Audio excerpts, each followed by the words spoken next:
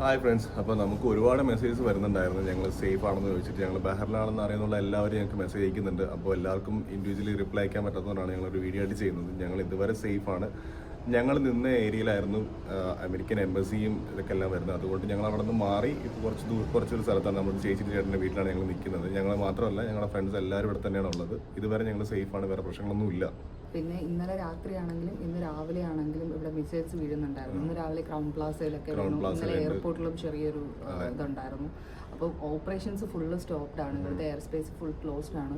അപ്പോൾ നമുക്കറിയാം പല ഭാഗത്തും എയർപോർട്ട്സിലും എല്ലാം പെട്ട് കിടക്കുന്നവർക്ക് ഭയങ്കര ബുദ്ധിമുട്ടായിരിക്കും. പിന്നെ എൻ്റെ ഭാഗ്യത്തിന് ഞാൻ ആക്ച്വലി ഇവിടെ ഉണ്ട്. രാത്രിയാണ് ഞാൻ എത്തിയത്. ഇന്നലെ മുതൽ ഇവിടെ ഫുൾ ക്ലോസ്ഡ് ആയി. അപ്പം അത് തന്നെ ഒരു വലിയൊരു ആശ്വാസം.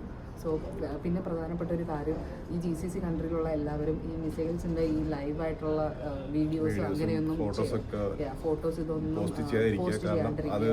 ഇവിടെ തന്നെ പോലീസും കുറച്ച് സീനാണ്, അറസ്റ്റൊക്കെ ഉണ്ടാവുമെന്ന് പറയുന്നുണ്ട്. പിന്നെ അതുപോലെ തന്നെ അത് കാണുന്ന നമ്മുടെ പാരന്റ്സും വീട്ടുകാരൊക്കെ ഭയങ്കരമായിട്ട് ടെൻഷൻ അടിക്കും. അപ്പോൾ അങ്ങനെയുള്ള ഇതൊക്കെ ഒന്ന് ഒഴിവാക്കുക. പിന്നെ റോങ് ഇൻഫർമേഷൻസ് പാസ് ചെയ്യാതിരിക്കുക. ആവശ്യമുള്ള കാര്യങ്ങൾ മാത്രം ഈ സോഷ്യൽ മീഡിയയിൽ നിൽക്കുന്നവരാണെങ്കിലും പോസ്റ്റ് ചെയ്യാൻ വേണ്ടിയിട്ട് ശ്രദ്ധിക്കുക. പിന്നെ ദുബായിലുള്ള ഒരു എല്ലാ GCC കൺട്രിയിലുള്ള അത്യാവശ്യം വേണ്ട ഫുഡും കാര്യങ്ങളെല്ലാം സേവ് ചെയ്ത് വെക്കുക. ഒരുപാടൊന്നും സേവ് ചെയ്ത് പാനിക് ആക്കരുത് ആരെയും. അത്യാവശ്യത്തിനുള്ള എല്ലാം നമുക്ക് കരുതി ഇരിക്കുക. അപ്പോൾ എല്ലാവരും സേഫ് ആയിട്ടിരിക്കുക. നമ്മളും സേഫ് ആയിട്ടാണ് ഇരിക്കുന്നത്.